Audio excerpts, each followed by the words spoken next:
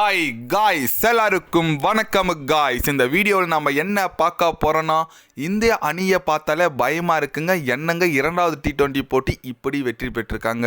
பாகிஸ்தான் அணி உண்மையாக வேஸ்ட்டு. இந்திய அணியை பார்த்து கற்றுக்கணும். உண்மையாக இந்த T20 வேர்ல்டு கப் இந்திய அணி தான் வெல்லும். இந்த T20 நியூசிலாந்து எதனால சீரீஸும் இந்திய அணி தாங்க வெல்லும் அப்படின்னு சொல்லிட்டு இரண்டாவது T20 போட்டி இந்திய அணி வரலாற்று சாதனை சேஸ் பண்ணியிருக்காங்க.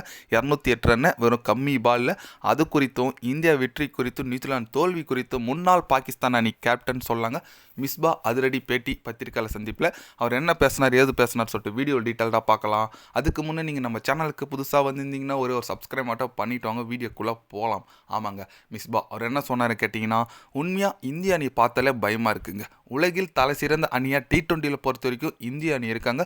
அவங்க கடைசியாக விளையாடின 50 T20 போட்டியில் 41 வெற்றி, 5 மேட்ச்சு ரத்தாயிருக்கு, 4 தான் தோற்றுருக்காங்க. இதே ஒரு பெரிய சாதனை. அது மட்டும் இல்லாமல் இந்திய அணி நியூசிலாந்து எதிரான T20 சீரீஸை கட்டாயம் வெற்றி பெறுவாங்க.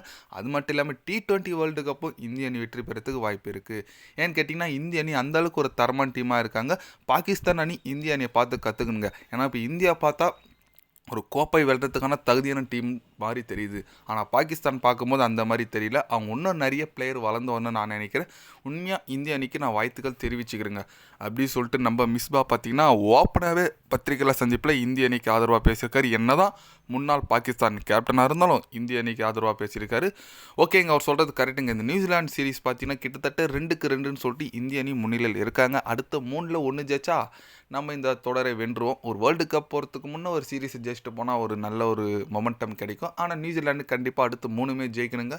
பொறுத்து வந்து பார்க்கலாங்க. ஏன்னா நியூசிலாண்டு நம்ம ஈஸியாக எடுத்துக்க முடியாது. திக்குன்னு ஒரு கம்பேக் கொடுத்தாலும் கொடுப்பாங்க. ஒரு நல்ல டீம் தான் அவங்க கூட. பட் இந்திய அணி செம டாமினேஷன் டீமாக இருக்காங்க. அதுதாங்க முக்கிய காரணம். ஏன்னா இந்திய அணி பார்த்திங்கன்னா இப்போது T20 பொறுத்த வரைக்கும் எல்லா பேட்ஸ்மேனும் வந்தவொடனே முதல் பாலே அடிக்கிற இன்டென்ட்டோடு இறங்குறாங்க. நீங்கள் பாருங்களேன், சூரியகுமாரையாவது முதல் பாலே 4 அடிப்பார். சஞ்சு சாம்சன், அபிஷேக் சர்மாவாக இருக்கட்டும், அதுக்கப்புறம் வர யாரை எந்த பேட்ஸ்மேன், ஹர்திக் பாண்டியா இருக்கட்டும், எந்த பேட்ஸ்மேன் இருந்தாலும் வந்த முதல் பாலே அடிக்கணும்னு நினைக்கிறாங்க. அந்த ஒரு இன்டென்ட் தான் இந்திய அணி வெற்றிக்கு காரணமாக நான் நினைக்கிறேன்.